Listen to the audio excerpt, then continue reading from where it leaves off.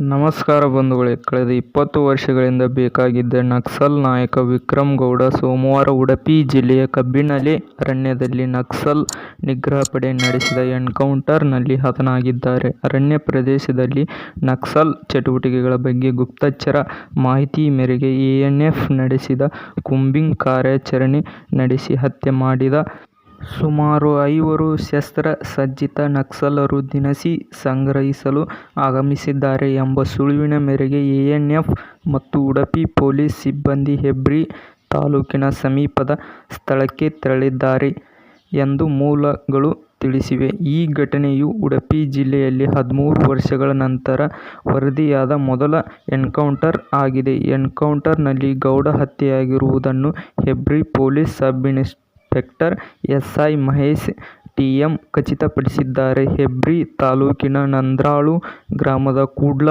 ಗ್ರಾಮದ most wanted Naxal Vikram Gowda ಎಂಬಾತ ಮೃತ ವ್ಯಕ್ತಿ.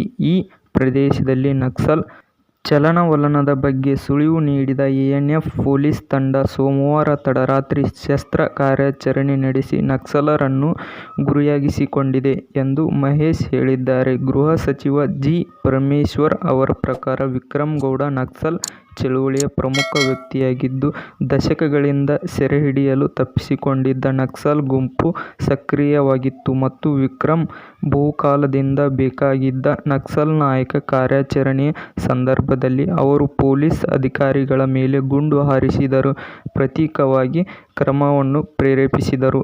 ಇದು ಅವರ ಸಾವಿಗೆ ಕಾರಣವಾಯಿತು ಎಂದು ಪರಮೇಶ್ವರ್ ಅವರು ಹೇಳಿದ್ದಾರೆ. ಕಬ್ಬಿನಾಲೆ ಅರಣ್ಯ ಪ್ರದೇಶದಲ್ಲಿ ಎನ್ಕೌಂಟರ್ ಆಳವಾಗಿ ತೆರೆದುಕೊಂಡಿದೆ. ವಿಕ್ರಮ್ ಗೌಡ ಅವರನ್ನು ತಟಸ್ಥಗೊಳಿಸಿದಾಗ ಅವರ ಜೊತೆಗಿದ್ದ ಇನ್ನೂ 2-3 ವ್ಯಕ್ತಿಗಳು ಕಾಡಿನಲ್ಲಿ ತಪ್ಪಿಸಿಕೊಳ್ಳುವಲ್ಲಿ ಯಶಸ್ವಿಯಾದರು ಎಂದು ಗೃಹ ಸಚಿವರು ಬಹಿರಂಗಪಡಿಸಿದರು.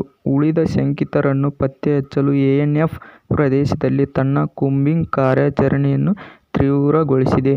ಹೆಚ್ಚಿನ ತನಿಖೆಗಳು ಮತ್ತು ಶೋಧ ಕಾರ್ಯಾಚರಣೆಗಳು ನಡೆಸುತ್ತಿವೆ. ದುರಂತ ಎಂದರೆ ಕಾರ್ಕಳ ತಾಲೂಕಿನಲ್ಲಿ ಹೆಬ್ರಿಯಲ್ಲಿ ಹುಟ್ಟಿ ಬೆಳೆದೂರಿನಲ್ಲೇ ಹತ್ಯೆಗೀಡಾಗಿದ್ದಾನೆ ವಿಕ್ರಮ್ ಗೌಡ.